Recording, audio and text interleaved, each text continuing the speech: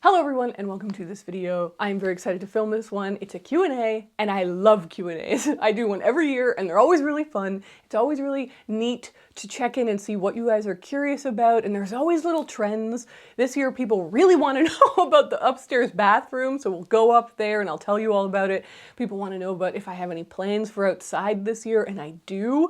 And like, it's one of the things I'm most excited about to make videos about this year is some of my outdoor schemes, and a lot of people were excited about the wedding, amongst so many other things. So there's lots of great questions to get to, and we're going to be moving around the house quite a bit, but let's start here and answer a few questions in absolutely no particular order. I've saved some questions I thought would be fun to answer, and let's start here. Number one, if you had an unlimited amount of money, what crazy thing would you add to your house? Without hesitation, with complete certainty, I would add a pool. I love swimming and I wish that I could swim year round. When it's summertime, there's like a lake that I go to and I love swimming in, but the rest of the year, like right now, where it's all snow,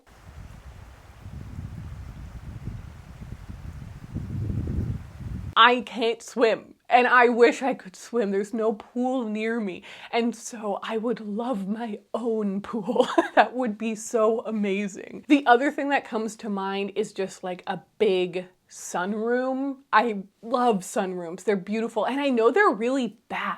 Like, they always have leaking problems. They always have issues, but I just think they're so beautiful. And another thing that comes to mind, I mean, if we've got unlimited money, I would love a garage. I think that would be really, really cool. A place to park my car, but also to like have all my tools and have a little workshop and stuff would be wonderful. So if anyone out there has unlimited money, let me know. Okay, this next question asks, what's the current beaver, squirrel, duck, etc. situation? As you may know, there's a menagerie of animals trying to invade my house.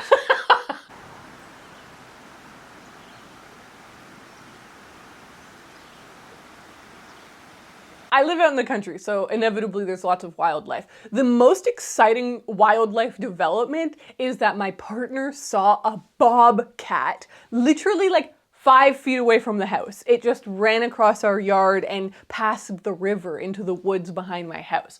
So that was extremely exciting. He managed to grab some photos of it, and we keep seeing, because there's so much snow, we keep seeing tracks. So this bobcat keeps going back and forth, and I really want to see it myself, like in person, but that's really cool. We have a bobcat on the prowl. As for the other animals, let me think. Beaver, I have been told by a young boy that the beaver dam is still going strong. I thought maybe it got wiped out by these floods that we had. We had this massive rainfall a couple of years ago, and I thought maybe the beaver dam had been diminished. I guess not, because I had this little kid come to my door. It was truly a scene out of a movie. I had this little kid, he knocked on my door, and he was like, "Hi, can I go fishing in your river?" And I was like, "Totally. What's your name?" He told me his name, and I was like, which house do you live at? Just so that I knew, you know, if a parent came asking, yeah, your kid's back there. And he told me, and I was like, okay, cool, yeah, I know your dad. And so I said, go for it, but I said, if you catch anything, you have to come tell me, because I really want to know. And so he went out. It was kind of late though. I think he came after school or something. Anyways, he came back afterwards, and I was like, did you catch anything? And he was like, no, but you should know. It was the cutest thing. He was like, you should know. I went near the beaver dam, and I was like, oh, is it still like big? He's like, yeah, it's huge. And I saw, what did he see? He saw coyote and bear scat. And he was like, so if I were you, I wouldn't let my dogs out. And I was like, really good to know, Mr. Young Child. Thank you. And he went off into the night. And what I learned is that apparently there's a bear near me. I know that there's black bears around, but that's really cool. And the beavers are still there, I guess, unless the bears ate them. As for the ducks, I haven't seen them in a while because it's winter, so they flew to Mexico, I guess. And the other huge, I had a whole debacle with squirrels. Quite frankly, it was one of the worst periods of my life. I'm over exaggerating, but it was very stressful. Basically, these squirrels found a way into my walls, and it was horrifying. I would hear them running up and down an exterior wall, and I would go outside, and I spent months trying to find where they were entering the house, and I would like seal holes and cover things and do everything right, and they were still finding their way in. And it was horrible because like the longer they spent in the wall, obviously the more they figured out the system, and they started going farther and farther like into my ceiling. Guys, it was horrible. And I finally had this one moment because basically there was a squirrel fight in one of my walls, and I was like, I can't take this anymore. This is horrifying. This is so scary. And I had seen, oh my God. I'm having flashbacks. I had come home from doing groceries. I had parked my car in the driveway. I grabbed the bags of groceries and I was starting to walk into the house, just kind of turn the corner on the house. And I saw this little squirrel on top of the front porch thingy that I had, that little crappy mini roof that was above my front door.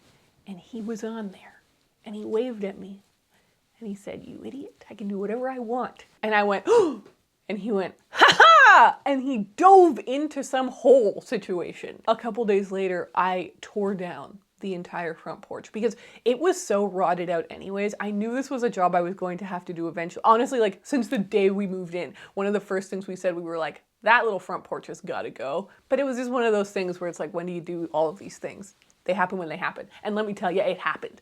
We tore down that front porch. It's dead now. And I was able to see where they were getting in, and I sealed it. And they're gone. They haven't returned, and I'm so excited. Oh, that was horrible. That was horrible. So the wildlife scene here is exciting and oddly takes up more time than you'd think. The final question that I will answer before we start moving around the house is this one. Are there any wedding plans you'd be able to share? Yes. Here are some details. Number one, it'll be in the summer, which is very exciting. This is mainly because of just like everyone's schedules. We realized that that was the time that people could get off of work because we have a lot of teachers on my partner's side of the family and they all get the summers off. So we were like, that makes sense. Let's just do it in the summer. But we did a whole spreadsheet on hurricane season because we live in Nova Scotia. And I was like, my worst fear is that we have to cancel the wedding because of a hurricane. And they mainly happen in September, but they can kind of happen in October or like late August. So we're like, let's avoid these areas. But we found a summer day that we're very excited about. Next up, we have invited, I believe it's 45 people. Does that include me and Connor? So maybe it's 43 people. So basically, if everyone comes and everyone that we think could bring a +1 brings a +1, it will be 50 people at the wedding. So I'm really happy about this size of wedding. I have gone to weddings that were 150 people, and I've gone to weddings that were like 35 people. And they're all fun. You gotta do what you wanna do. But for me, I love a smaller-ish wedding where you really get to meet everyone and talk to everyone. I have my wedding dress. It's vintage, and I got it from Facebook Marketplace for $120. So I feel great about that. I tried it on at a lady's apartment. She was very nice. I went with my brother. He really liked it. I really liked it. She obviously really liked it. And I was like, I'll take it. And she said, "Did you bring a garment bag?" And I said, "Absolutely not." I totally didn't think about that. And she was like, "Garbage bag?" And I was like, hell yeah. So we put the wedding dress in a garbage bag. I threw it over my shoulder and I walked out a happy lady. I also have my wedding shoes, which has kind of actually been a bit of a debacle. I bought one pair of shoes and they totally didn't work. It was the wrong vibe. And so now I've bought another pair of shoes and I'm extremely happy about them. I have a ceremony venue booked and the restaurant venue booked, so things are happening.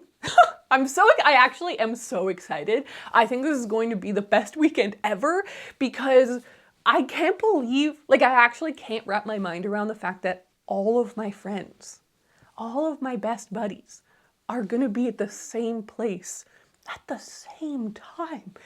That's crazy. In Nova Scotia, it's so my favorite place with all my favorite people. I can't believe that gets to happen because I have a lot of long distance relationships. So all of my best friends are scattered. They're all on the other side of Canada. They're in the US. A lot of them are in the UK. And the fact that they're all gonna come, I'm gonna cry. I'm gonna cry and I'm gonna smile and laugh and it's going to be the best. Okay, on to the next. How is the plan for the upstairs bathroom going? Let's go look.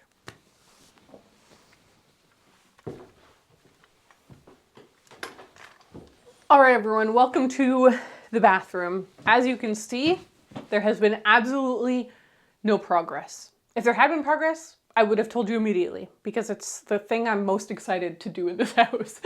Basically, a lot of things, and I'm realizing now how many things, but a lot of things got put on pause last year because of my entire book truck adventure.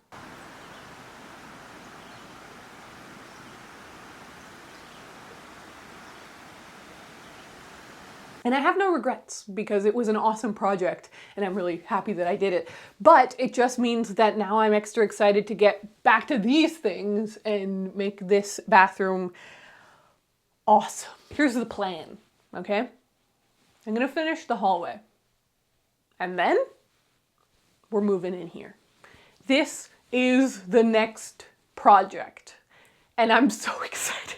I've already spoken to a plumber. I've showed him this room already and he said, cool, everything that I want to do is doable.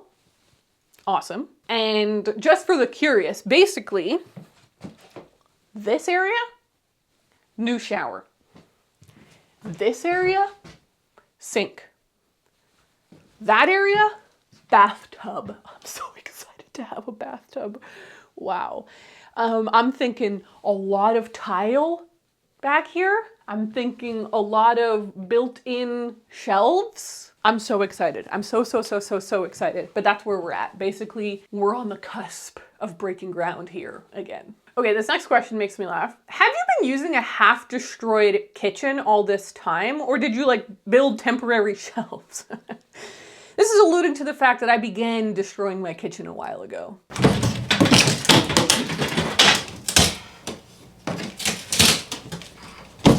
All right, here we are in the kitchen with proof that it's still half destroyed. Here's the situation with the kitchen, because I had a lot of questions about the kitchen as well, and I'm like trying to find a place to lean, and nothing's safe. A couple of years ago, I started working on the kitchen because I'm so excited to renovate this room. But what happened was that I realized how disruptive it was. It was making every meal really tough and frustrating because I was like, you couldn't work in the kitchen and I was moving appliances around into other rooms and stuff. And I just realized like, this is going to take me months, not days, not even weeks. It's going to take me months to get this kitchen to where like we can really use it happily again. And I realized there are other things that I can do. Why? Because my parents are working on their house, and I also had some people asking about that. It's going great. They just got their new flooring put in and it's beautiful, and so they're moving along as well. But basically I was like, they're getting their house built. Eventually they're gonna move there and they'll have a kitchen. And so I will not be disturbing everyone by destroying this kitchen. I dream about this place all of the time and I'm really excited to work on it. So I think this will be next year's big project. Okay, this next question says, I don't know if you've mentioned this before, but do you have any plans for your outdoor spaces? Maybe any desire to garden? Let me step outside.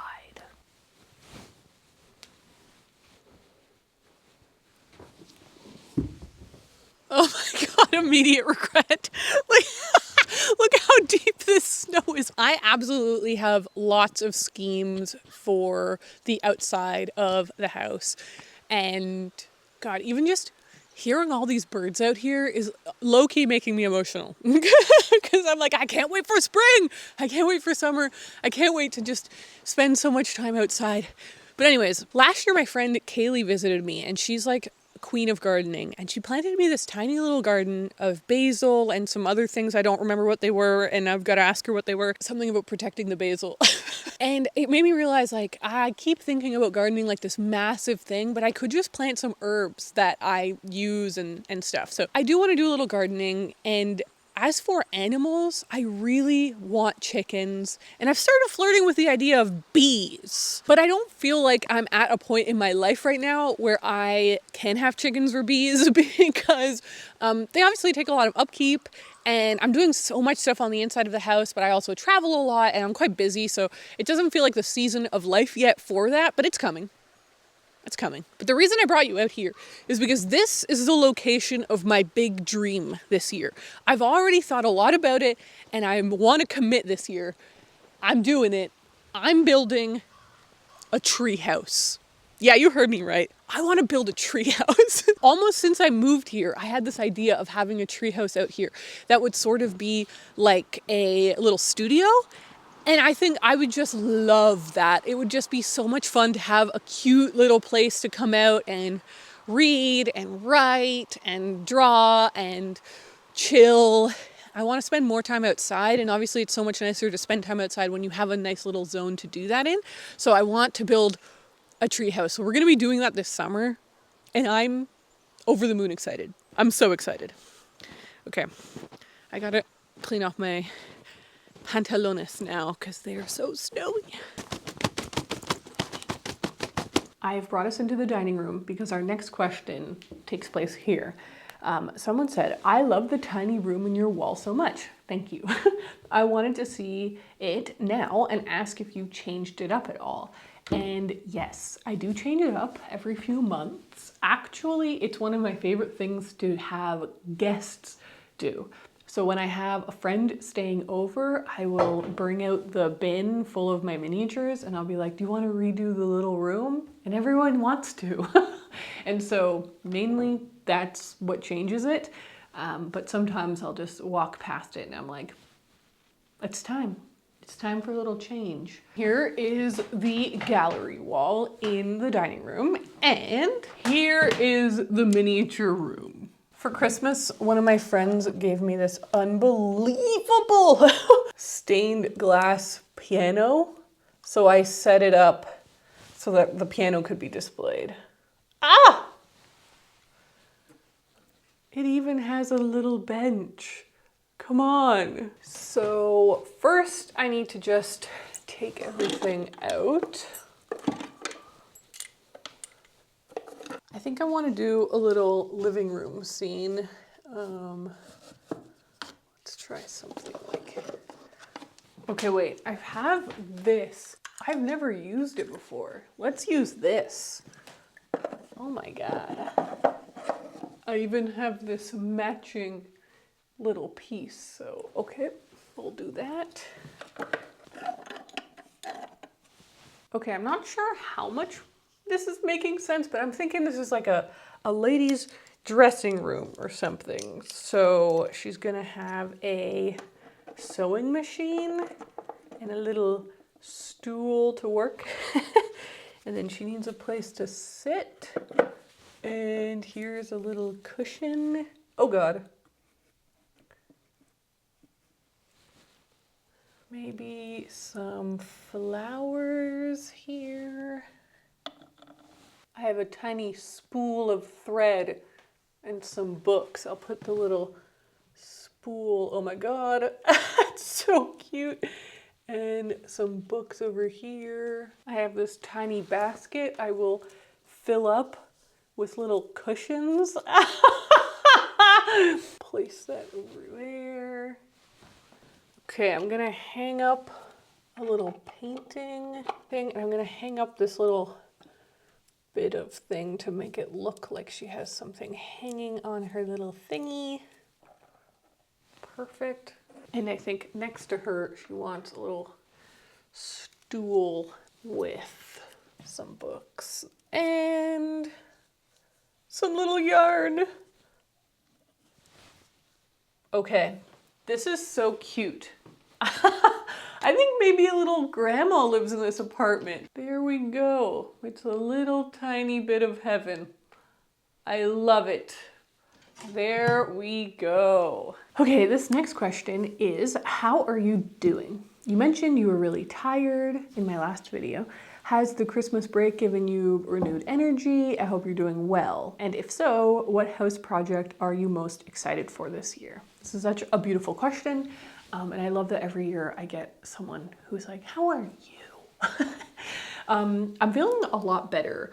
Last year was really intense. There was a lot that went down, too much, really. A lot of ups, but also a lot of downs. It was intense. My word for last year, because the last few years I've been having a lot of fun choosing a word, a theme for the year. So the word for last year was industrious, and it worked so well for last year, and it was very motivating. And it actually really did affect my decision making, because I would be like, what would the industrious Ariel do? Clearly, and the path was chosen for me. But I almost feel that I flew too close to the sun and really burned out. And so the word for this year for me is ease. I'm trying to take things in stride, choose the calmer path in life, especially because, you know, there is a lot going on as well, like the wedding and all this stuff, but trying to cool it a little. What's funny is it's that same thing that just we've all experienced where like the second you let your body relax, you get sick. Or you start sleeping a lot and you realize like, oh my God, I knew I was tired, but I was way more tired than I thought I was. Or I knew I was a little sick, but I actually was way more sick than I thought I was. That's basically what happened. Like I took time off for Christmas and then I realized like I was sleeping so much and I was just so tired all the time.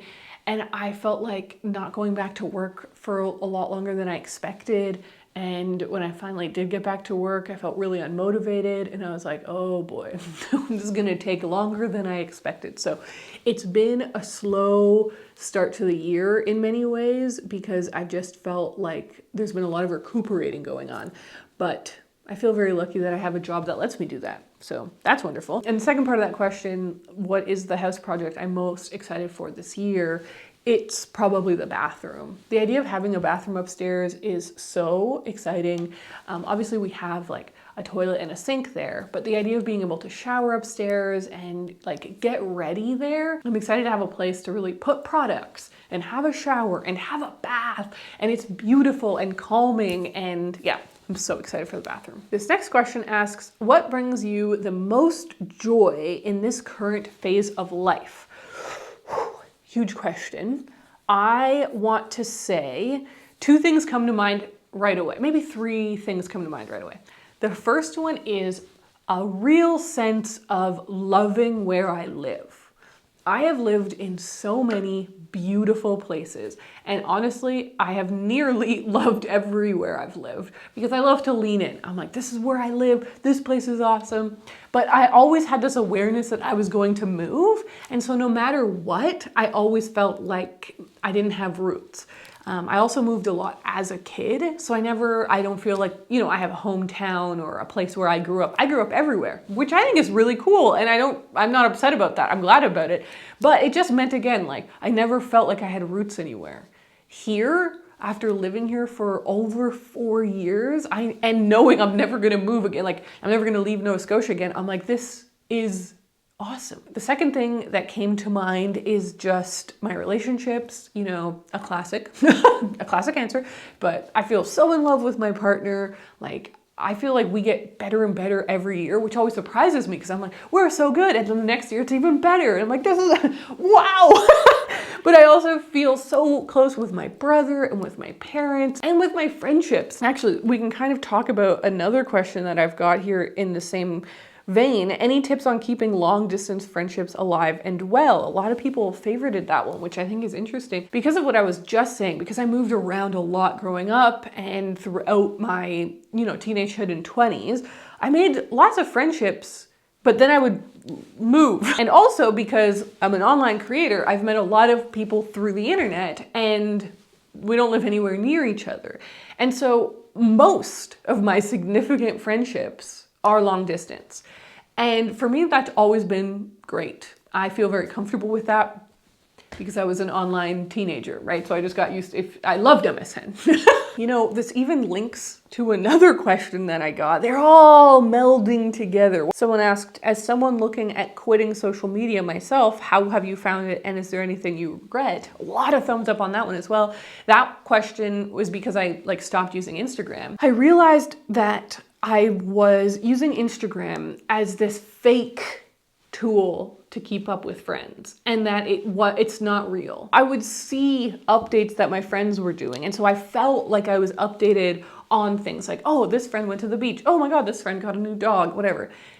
But I didn't know how they felt about that beach trip. I didn't know why they got that dog or how it's going. Those conversations that really grow friendships happen through real communication.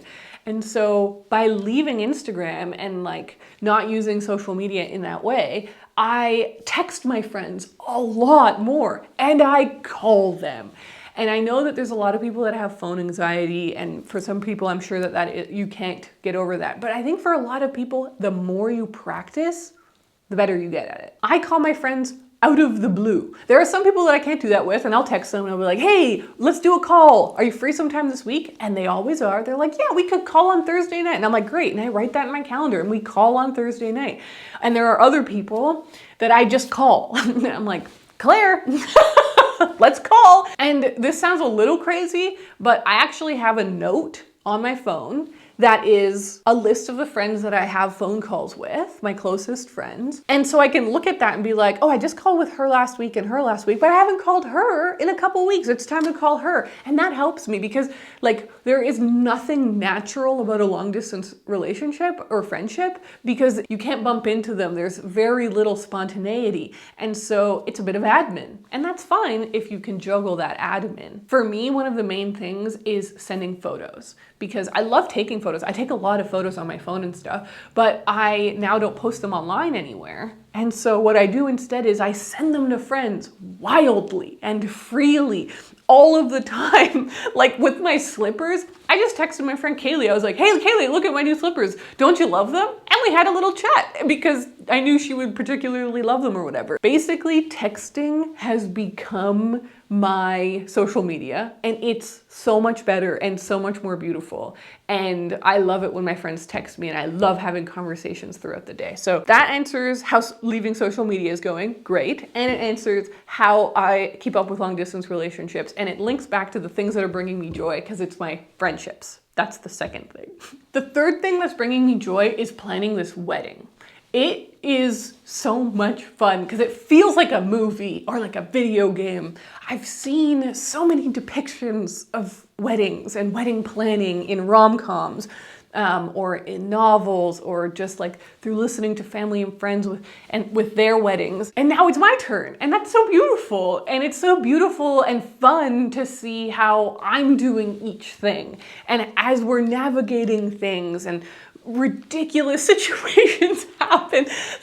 Okay, I was going to hire an officiant because I need to hire an officiant to officiate the wedding. And I found this cool person. I reached out to her and I was like, hi, I'm wondering if you would officiate our wedding. This is me, this is Connor, this is what we're like, this is what the wedding is gonna be like, and this is the date. And so I gave her all this information. And she responded and her email said, Dear Angela. And then she was like, I'd be happy to do your wedding, blah, blah, blah. And I was like, I don't think I can hire an officiant who called me Angela.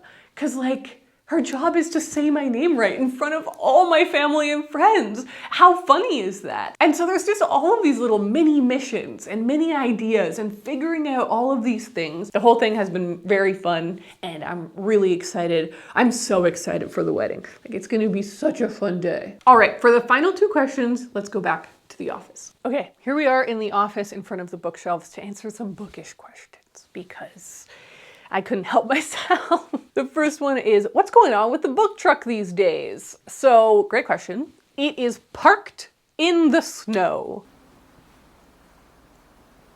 Outdoor bookmobile selling is absolutely not built for the snow. You know, books can't get wet. And I always saw it as a summer project. I liked the idea of the seasonality of a bookmobile where I was like, I can park it when I can't do events and then I can take it out on the streets when I can.